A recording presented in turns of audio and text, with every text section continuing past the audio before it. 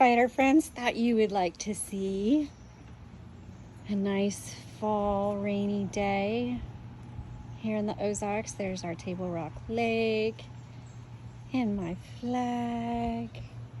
So today I am doing a video of a 1950 Smith Corona Sterling 5AX series. I wanted you to have a view of a beautiful fall day. Okay, let's go ahead and get started. All right, so I hope you enjoyed that little snapshot of what it looks like outside today. And it's a lovely fall season. Good time to snuggle up with a cup of coffee or hot cocoa, hot tea, and a typewriter and get some work done. Kind of like this actually it's not a 50, this is a 1964 Smith Corona Sterling. Dove gray. Gosh, it's gorgeous. Can you see this?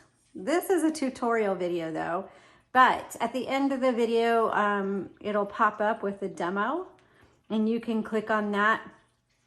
And if you're early enough, it might be for sale, but you'll have to jump on it quick. This is gorgeous. I love these 5AX series. It's this one particular series of Sterlings that has a completely different shell design than the other ones, and I think they're lovely. Very, very Mad Men, mid-century modern look. Their attempt at being, you know, the modern, ushering in that modern era, and it's fantastic. It's beautifully designed. So let me show you how this works, and then for those of you that do like to hear it tick, tick, tick, tick, be sure at the end of this video to click on the link that takes you to the demo video.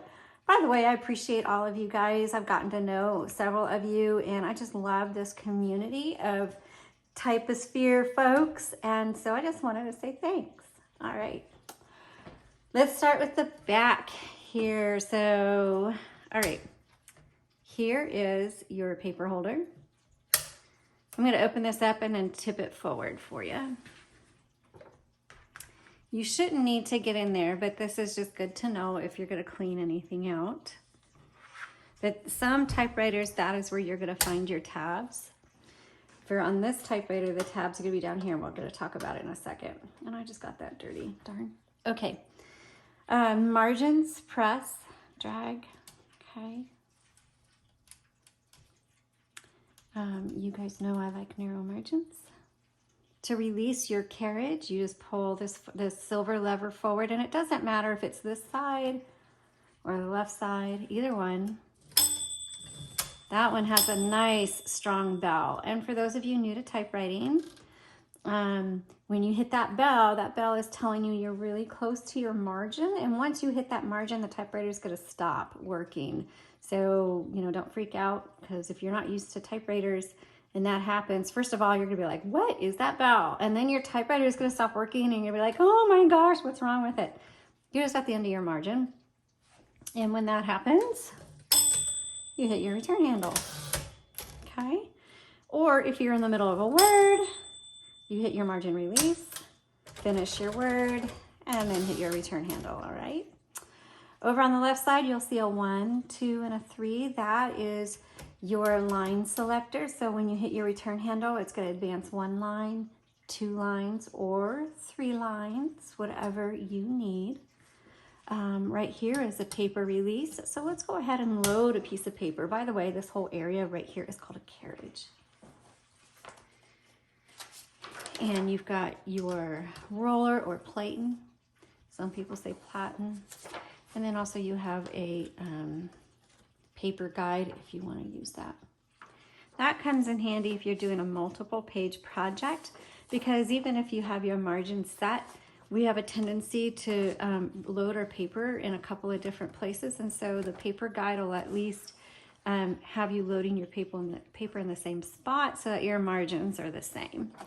Okay, and for when you load your paper, you just set it there. You don't need to push it down, and then you just set it and then turn the handle and it'll grab that paper. I always come right up to the middle, and sometimes it'll scooch up against that guide. And I like to see if it's even or not. Oh, it's not. Well, then that's where that paper release comes in handy. You just pull that forward and you can kind of adjust your paper to make sure, whoops, it's right where you want. And yes, your paper needs to be underneath this bar. Then once you have it exactly where you want, please re-engage your paper release or else it's not going to feed through the roller very well. Okay, before we move down, I'm going to move this carriage all the way to the left so that when I open this top, it doesn't scratch, the handle doesn't scratch the top cover. So then you just pop open the top. Inside, you're going to see your ribbon spools. And one of our biggest questions is, can you still get typewriter ribbon? Yes, you can. They're everywhere, and there's all kinds out there. What this one will take is a universal ribbon, which is the vast majority of ribbons out there are a universal ribbon, which means it's a 2-inch spool with a 1/2-inch ribbon, and that will fit this typewriter just fine. If you need a ribbon for your typewriter, please visit our website, jotandtittletypewriters.com. You'll find the links below. We have ribbons down there for you to purchase. And then if you have your original spools and you just want fresh ribbon in it, we have that option as well. You just go to the custom ribbon option and you send us your spools. We'll wind it for you and pop it back in the mail. Okay. So this takes a 2-color ribbon. The most common is a black-red combo. Black is on top, red is on bottom. When you rethread it, make sure it goes through all the guide wires, okay? Right here. It's super easy. It's just very messy. So you may want gloves. I never do, and I just get the ink everywhere, and I gotta go wash my hands. But anyway, you just pop out that spool like that. And I have an up-close image of this area so that you can make sure you have threaded it properly. Now, sometimes there's little grooves in this metal pieces here, and you're gonna have to, wiggle that ribbon through those grooves to get it to look like this. It may take you a few minutes, but once you get it, you get it. And then again, make sure to come over here and do the same. And then you just pop that back in.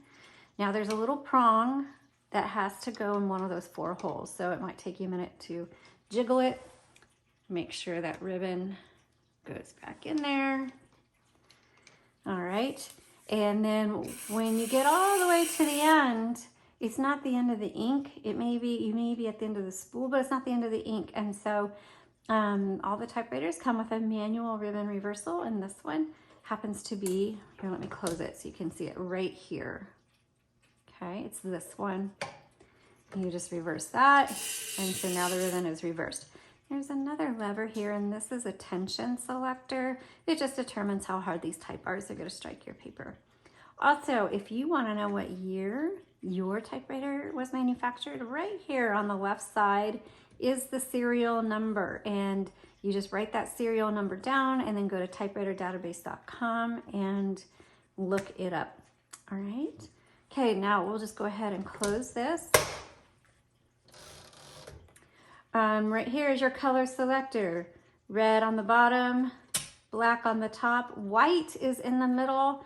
White is a stencil selector, and your typewriter is not going to work properly on that. So there are 2 things to look for whenever you're typing and it either feels not right all of a sudden or just stops working. Do 2 things before panicking. Reverse the direction of your ribbon and make sure your color selector didn't get bumped and is on the white. So make sure it's firmly on the red or the black. Sometimes when we're switching, we don't get it clicked over all the way. So those are 2 things to check. First, that will solve 99% of your problems, most likely, and then you will be a happy typer again. Okay, return handle. Let's show you how to do a tab. So right now, there's a tab there, so I'm gonna clear it. Let's see if that cleared. Yes, and my husband made a note that this was a slow tab. That means it just goes over slow. Here. All right, let's see if that cleared.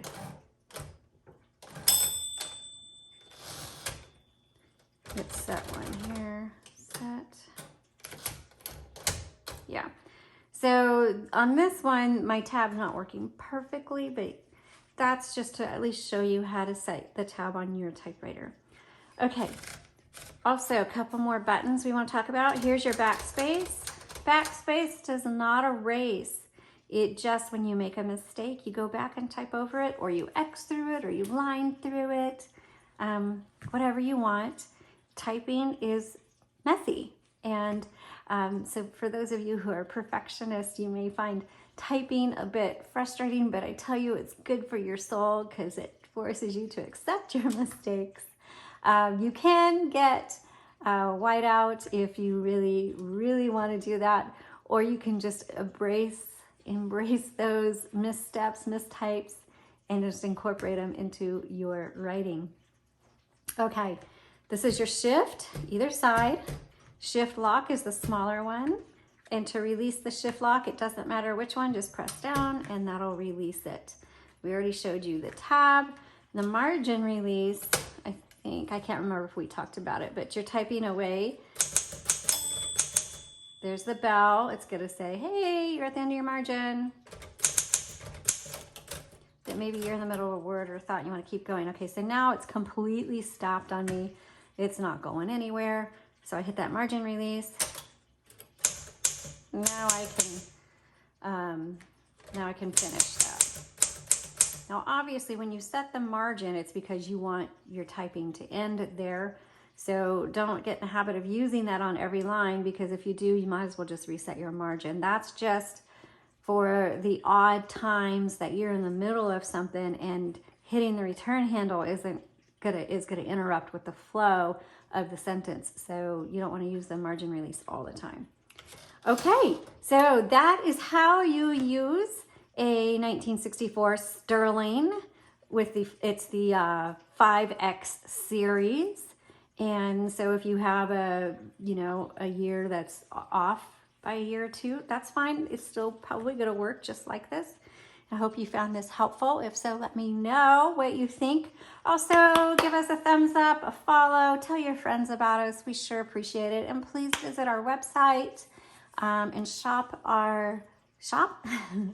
We have puzzles there too. I'm trying to get y'all. I love puzzles, and I love anything that gets me away from electronics.